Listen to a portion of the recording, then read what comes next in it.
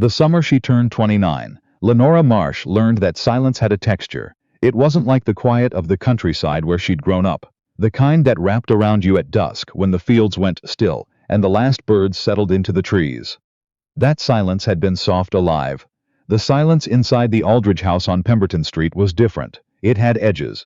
It pressed against her in the mornings, when she came downstairs, to find that her husband had already eaten and left, the chair pushed back from the table at an angle, the coffee cup abandoned with the ring still drying on the saucer. It settled over her in the evenings, when she sat with her needlework by the fire, and he sat across from her with a book, and an hour would pass, sometimes two, without either of them saying a single word. She had been married to Mr. Roland Aldridge for 4 years. She had known him for 5 weeks before the wedding. Her mother had called it a sensible match. Her father had called it a fortunate one. Roland was 12 years her senior, a man of property and standing in Fredericksburg, Virginia, the kind of man whose name opened doors and whose opinion, when given, was considered final. He was not unkind to her. That was the thing she reminded herself of often in those first years, the thing she held onto like a handhold on a steep path. He was not unkind. He simply was not present. Not truly, not in the way that mattered. There was a version of Lenora who had believed that would change. She had brought it with her into the marriage, like a piece of furniture, that belief, solid and heavy and quietly taking up space. She had arranged herself around his habits, learned the rhythm of his days, made herself useful and pleasant and undemanding.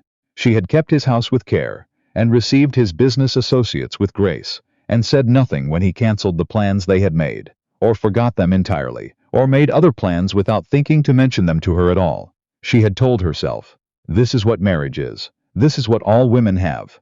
By the time she was 29, she was no longer certain that was true. The afternoon it happened, she had not been looking for anything. She had gone into his study to leave a letter that had arrived from his solicitor in Richmond, something she did routinely on the days when Roland was occupied at his mill on the edge of town. The room smelled of pipe tobacco and old paper, the curtains drawn against the afternoon heat, and she set the letter on his desk between the inkwell and the brass paperweight, shaped like a lion that his father had given him. She was almost to the door when she saw it. Not the other letter, not yet. First she saw the drawer left open, just slightly, the way you leave a drawer when you intend to come back to it. Roland was not a man who left things open. He was precise in his habits, methodical. The kind of man who straightened the already straight pictures on the wall when he passed them. So the open drawer caught her eye the way a single wrong note catches your ear when you know a piece of music well. She told herself not to look. She looked. The letter was folded in thirds, the handwriting on the outside small and slanted, and it was addressed not to Mr. Roland Aldridge, but simply to Roland, in the way of someone who had always known him that way, in the way of someone who considered him theirs. She did not read it. She refolded it along its creases and placed it back exactly where it had been. She straightened the drawer so it was open the same small amount it had been before. She walked out of the study, pulled the door closed behind her, and went upstairs to the room that had been hers since the first week of their marriage. When Roland had said he slept lightly and she had said she understood, and she had, at the time, believed that was simply how things were. She sat on the edge of the bed. She sat there for a long time. There are things a woman knows before she knows them, before she has proof, before she has words, before she has anything she could point to and say, there, that.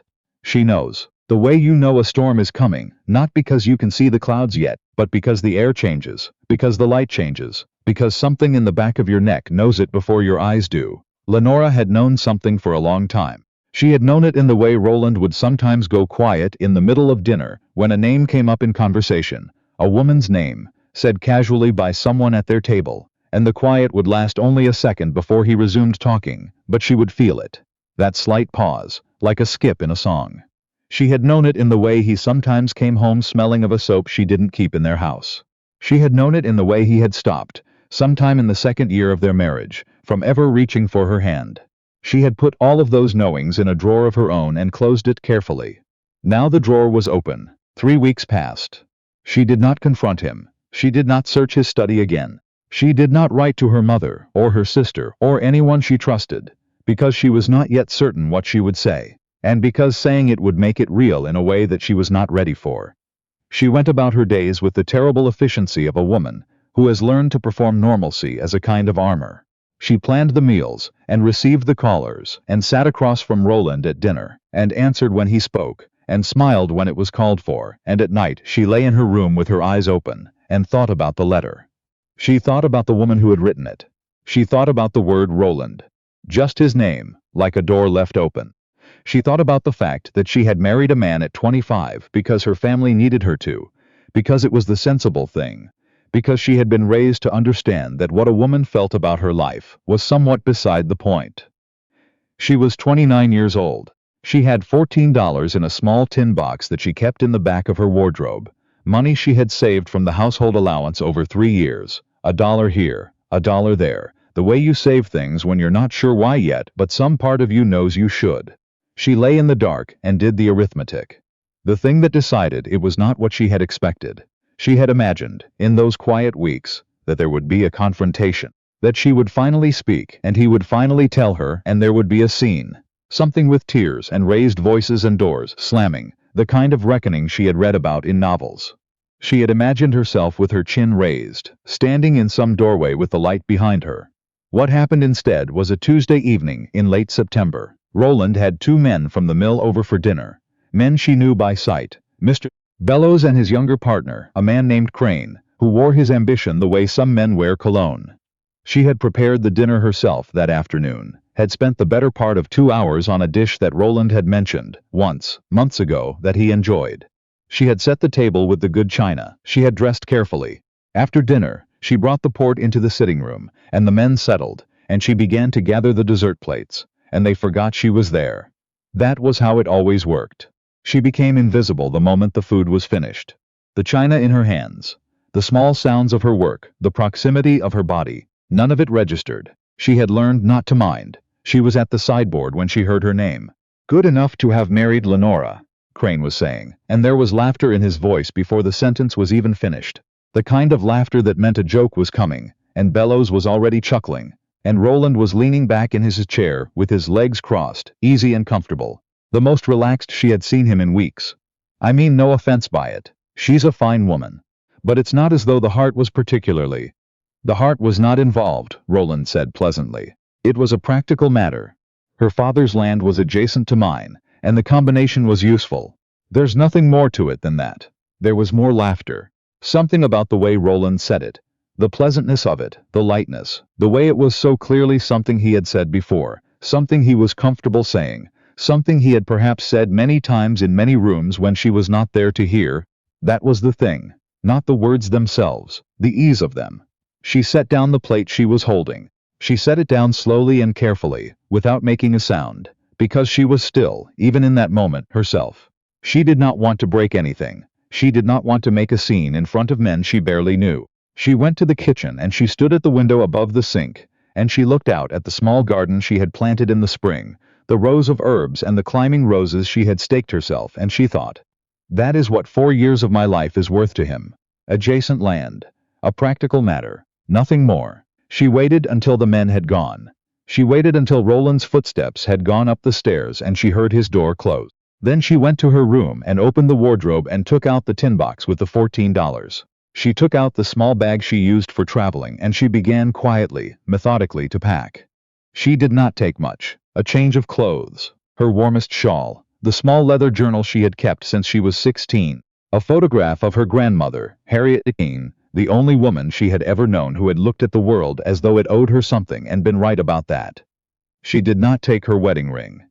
She left it on the small dish on her dressing table, the dish she had bought herself at a market the summer before, painted blue and white with a pattern of morning glories.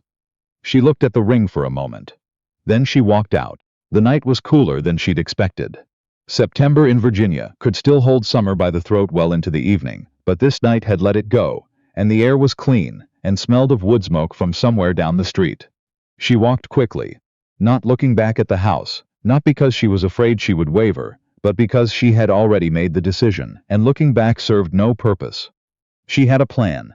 This was important to her later, when she had time to think about it, that she had not simply fled. She had thought about this. She had thought about it for 3 weeks, in the dark, with her eyes open and the arithmetic running quietly in her head. Her grandmother's sister, a woman named Mrs. Opal Keene, lived 12 miles north in a town called Sutter's Creek. Lenora had met her twice, at family gatherings in childhood, and the woman had looked at her each time with a sharpness that felt like recognition, the way you recognize someone who is like you in ways you can't yet explain. She had written Mrs. Keene a letter 10 days earlier, not saying everything, but enough. She had received a reply 4 days ago. It had said, "Come when you need to. The room is there." 12 miles was a long walk in the dark. She had been walking for perhaps 40 minutes when she heard a wagon coming up behind her on the road. The driver was an older woman, heavy-set and sharp-eyed, with a lantern hanging from the side of her wagon that threw a wide circle of orange light onto the road. She pulled the horse up alongside Lenora without being asked. "You walking to Sutter's Creek?" Lenora looked at her. "What makes you think that?" "Because you're heading north with a bag and there's nothing else worth heading toward for 12 miles. The woman looked at her in a way that was not unkind. "Get up, if you want. I go through there." Her name was Mrs. Priscilla Ford, and she sold dried goods and medicines to the households along the northern road, a business she had run herself since her husband died 6 years ago. She drove with one hand and talked with the other, gesturing at the dark fields with the ease of someone who has made the same journey so many times the road has become an extension of themselves. She did not ask Lenora many questions. She asked one, "Did you have somewhere to go before you left, or did you leave first and figure it out from there?" "I had somewhere," Lenora said. Mrs. Ford nodded, as though this was the right answer. "Good, that's the difference." They rode in companionable quiet for a while. After that, the horse steady on the road, the lantern swaying, the dark fields on either side dissolving into the shapes of trees and then opening again into farmland. And Lenora thought about what Mrs. Ford had said and understood that she was right, that the having somewhere was the thing that changed the nature of what she was doing from a flight into a departure, and those were not the same. She arrived at Mrs. Keene's house at 10:30 at night. Opal Keene was 71 years old and had buried 2 husbands, one of her own choosing and one her family had chosen for her, and she had opinions about both experiences that she did not keep to herself. She opened the door before Lenora had finished knocking, which meant she had been waiting, which meant she had been expecting this, perhaps before Lenora had been expecting it herself. "Come in," she said. "The kettle's on." The house was small and full of things, books stacked in corners, dried herbs hanging from the kitchen beams, a cat asleep on a chair that showed no sign of intending to move. It smelled like cedar and something baking, and it was the most genuinely alive space Lenora had been inside in 4 years. She sat at the kitchen table, and Mrs. Keene poured the tea and sat across from her, and for a long time neither of them said much. Then Mrs. Keene asked her, simply, what she had heard. Lenora told her, not everything, enough. Mrs. Keene listened without interrupting. When Lenora finished, she was quiet for a moment, looking into her cup. "My first husband's family thought I was ornamental," she said. "Pretty enough for the parlor, useful enough for the table, no more necessary to the operation of the household than a well-chosen vase." She looked up. "I cannot tell you what that kind of marriage does to a woman over time. It's like a room slowly losing its air. You don't notice until you're already halfway suffocated." "I noticed," Lenora said. "I know you did." Mrs. Keene looked at her steadily. "That's why you're sitting at my table at 11 o'clock at night." She stayed with Mrs. Keene for 3 weeks. In that time she did several things. She wrote to her sister, not her mother, not yet, her sister first, and told her where she was and that she was well, and asked her not to share the information, unless it was a matter of life or death. Her sister wrote back within a week. The letter was short. It said, "I always thought you were too sensible for him. Tell me what you need." She wrote to a solicitor in Richmond whose name she had found through Miss Ford, a man who was known, according to Mrs. Ford, to handle cases involving women with discretion and without contempt. She explained her situation in 2 careful pages. He replied that there were legal remedies available to her, that the path would not be simple, and that if she had documentation of the nature of her husband's other arrangement, it would strengthen her position considerably. She thought about the letter in the drawer. She thought about it for 2 days. Then she wrote to Roland directly. The letter she wrote to Roland was the least emotional thing she had ever produced. She had thought it might be hard to write, that she might have to put it down and come back to it, that the feeling would get into it somehow despite her intentions. It did not. She sat at Mrs. Keene's writing desk on a clear October morning with a cup of tea at her elbow, and she wrote it in one sitting, in the same careful hand she used for everything, and she said what needed to be said without cruelty and without apology. She told him she had heard what he'd said. She told him she had seen the letter. She told him she would not be returning to Pemberton Street. She told him she had contacted a solicitor. She told him she wished him no particular harm and expected the same in return. She did not ask him for anything. This was important to her. She did not ask him to explain himself or to feel remorse, or to understand what he had done to her. She had spent 4 years hoping he would come to understand something without her having to explain it, and the lesson of those 4 years was that this was not going to happen. Some people are built without that particular room in them. You cannot furnish a room that isn't there. She folded the letter, addressed it, and gave it to Mrs. Ford to post on her next run south. Then she went out into Mrs. Keene's garden and pulled weeds for an hour in the thin October sunlight, and she felt, for the first time in a very long time, like someone who was located inside her own life. What happened next came from a direction she had not anticipated, which is generally how the good things come. Mrs. Keene had, over the years, formed connections with several women in the county who lived independently, either by widowhood or by choice or by circumstance. Women who had found one another in the way that people find one another when they share something unspoken but understood. One of these women was a Mrs. Sylvia Hartwell, who had inherited from her late father a small house and 7 acres of farmland on the edge of Sutter's Creek that she did not have the resources to manage alone. Mrs. Hartwell came to dinner on a Wednesday evening and looked at Lenora across the table with the same sharpness that Mrs. Keene had, that quality of assessment that was not unkind but was honest, and she said, "Opal tells me you're capable and you're not in a hurry to go backwards." "That's accurate," Lenora said. "I've been looking for someone to share the property with, not a boarder, a partner. Someone who can take the kitchen garden and the 2 eastern fields and do something useful with them." She looked at her steadily. "I don't need someone who's grateful. People are exhausting. I need someone who can work." "I can work," Lenora said. There was a pause. Mrs. Hartwell looked at Mrs. Keene, and Mrs. Keene gave the smallest possible nod, the nod of a woman who has vouched for someone and means it. "All right," Mrs. Hartwell said. "Come by Thursday, and I'll show you the fields." She went on Thursday. She went on Friday. She went the following Monday, and then she stopped needing to go because she was there. Her few belongings moved into the smaller bedroom at the back of the house that faced east and caught the morning light in a way that made her think, briefly, of her grandmother. The fields were neglected, but not beyond saving. That was the first thing she understood, walking them in her boots in the wet October grass. The soil dark and good, under her, neglected but not ruined. There was a difference. She had come to understand that difference intimately over the preceding weeks, in a way that had nothing to do with farmland. She spent that first week learning the land, and the second week planning, and the third week working, and Mrs. Hartwell worked alongside her. 2 women in the cold morning air, with their breath coming out in small clouds. Not talking much, because there was a companionship in work that didn't require talking, that existed in the shared presence of 2 people doing something real. In the evenings they cooked together, or separately, depending on what each of them wanted, and sometimes they sat by the fire and talked about practical things. The yield the fields might produce, which crops were suited to the soil and the climate, what they would need to get through the winter. And sometimes they talked about other things, and sometimes they did not talk at all, and the silence in that house was a completely different texture than the one on Pemberton Street. This silence was full. Roland did not come. She had wondered if he would.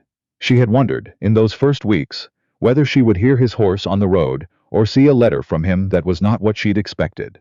But she heard nothing, and she understood, without bitterness, that this was also who he was. He would not come, because coming would require a kind of reckoning he was not built for, and because he had the mill and the house, and the practical arrangement of his life still intact, and because, and this was the part that had once been the most painful, and was now simply a fact, she had not been central enough to his life for her absence to constitute a wound. She had been adjacent land. She thought about that sometimes. She turned it over in her mind the way you worry a loose tooth with your tongue. Not because it still hurt, but because you were still getting used to the absence of the thing that had been there. She had been 25 years old when she married him, and she had genuinely believed, that there was something in her that would eventually be worth noticing, that she would become, over time, necessary to someone, the way that water becomes necessary. She knew now that you could not make someone capable of that by being enough of it yourself.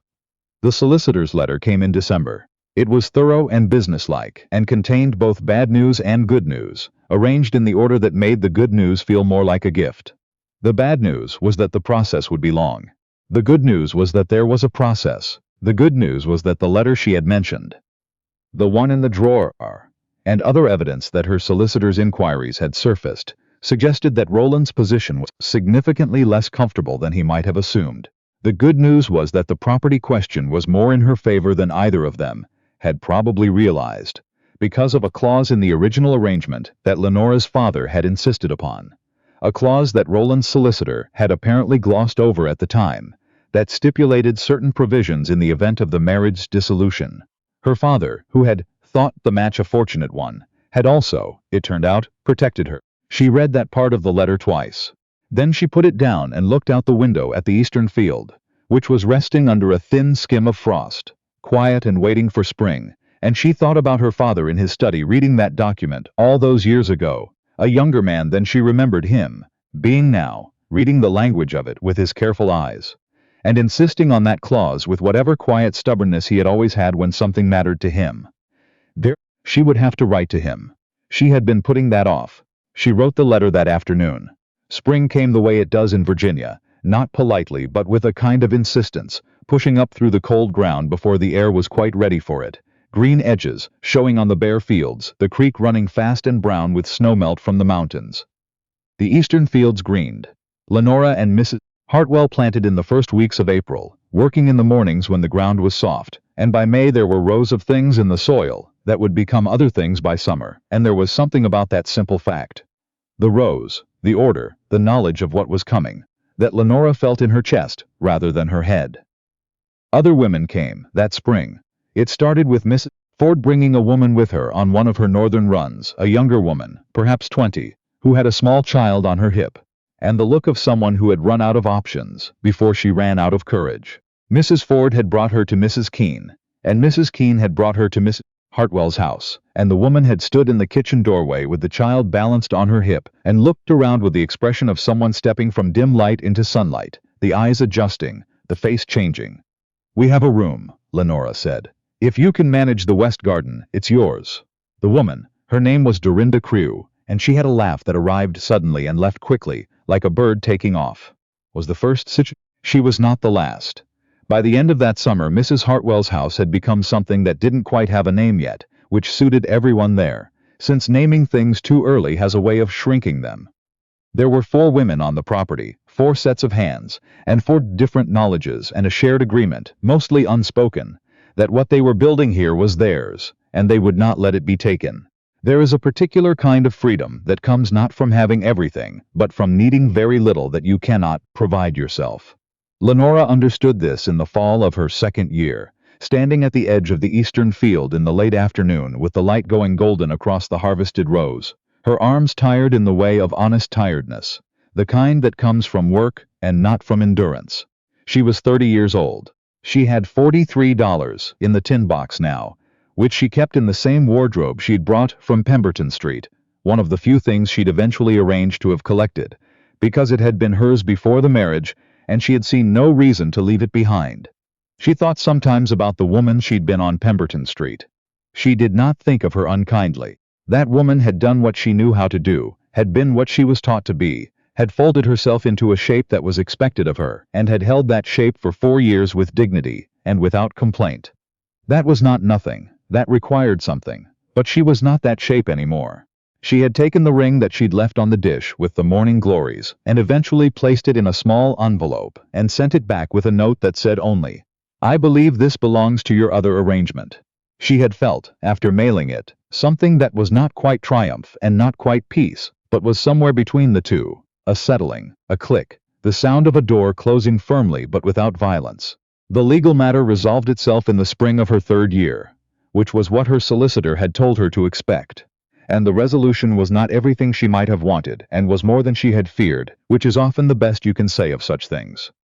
She kept a journal. She had kept one since she was 16, but these entries were different from the ones she had written on Pemberton Street, which had been careful and somewhat airless, the thoughts of a woman writing around the thing she was actually thinking. These entries were direct. She wrote about the land and the light and what she was learning. She wrote about the women who came and the conversations they had at the kitchen table in the evenings. She wrote about loneliness, which was real but different from the loneliness of a marriage. This loneliness was clean. It had clear edges. It did not pretend to be something other than itself.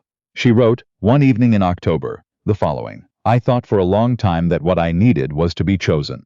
That the shape of a good life was someone choosing you and continuing to choose you. That this was the thing that made a woman's life mean something. I don't believe that anymore. I think the thing that makes a life mean something is what you do with the mornings. I have good mornings now. That's not nothing. That's almost everything. She read it back. She decided it was true. She closed the book. Outside, the fields were going dark in the early dusk, the last light leaving the tops of the trees, the first stars coming up in the east. Somewhere in the house, Dorinda's child was laughing at something. That sudden bird laugh, and Mrs. Hartwell was saying something in response. And there was the sound of a pot on the stove, and the smell of dinner coming down the hall.